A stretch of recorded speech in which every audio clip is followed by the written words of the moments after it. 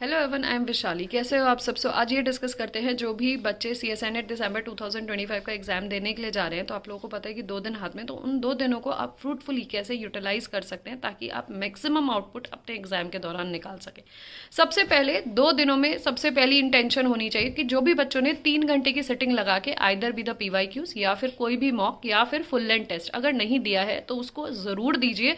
और उस टाइम पे, और जिन्होंने दे भी दिया तो एग्जाम का जो टाइम है ना आपका 2 बजे से 5 बजे तक, उस टाइम पे बैठ के ज़रूर दीजिए ताकि आपकी बॉडी, आपके हैंड प्रॉपर ट्रेंड हो जाएं और आपको उतनी सिटिंग की हैबिट हो जाए कि 3 घंटे बैठ के हम 2 बजे से 5 बजे वाले टाइम पे अपना एग्जाम दे सकते हैं। तो that is the first thing that you have to do.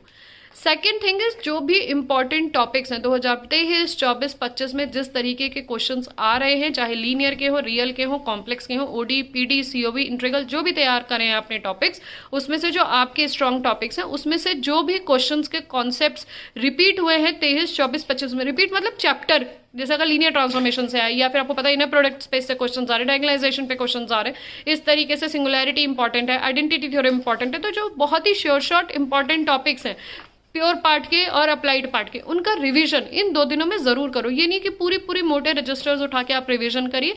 आप PYQs सॉल्व कर रहे हैं तो PYQs के माध्यम से रिवीजन कर सकते हैं। आप फुल लेंथ लगा रहे हैं तो उनको एनालिसिस करके रिवीजन कर सकते हैं। आप शॉर्ट नोट्स से पढ़ रहे हैं तो शॉर्ट नोट्स से रिवीजन कर सकते हैं। तो आपको अपनी पुरानी नोट्स देखने की जरूरत नहीं है पूरे डिटेल में, लेकिन ये कि एक बार बस पॉलिश कर लीजिए उन टॉपिक्स को जो एग्जाम में छोटे छोटे कॉन्सेप्ट्स हम भूल जाते हैं या हम अटक जाते हैं, उससे हम वहां पे ओवरकम कर पाएंगे।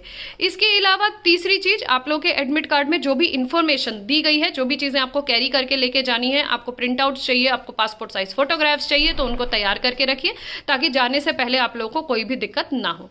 चौथी चीज, आप लोगों को ये जरूर पता होना चाहिए कि जब हम एग्जाम देते हैं ना, तो एग्जाम में हमें गेट में तो स्क्रिबल पैड मिलता है, लेकिन यहाँ पे हमें स्क्रिबल पैड नहीं मिलता, हमें A4 साइज शीट्स दी जाती है। और वो भी जो इन्विजिलेटर है वो 2 शीट्स देते हैं, उसके बाद फिर चले जाते हैं। जब आपकी खत्म हो जाती है, you have to stand, you have to ask them, then they will provide you the A4 size sheets again.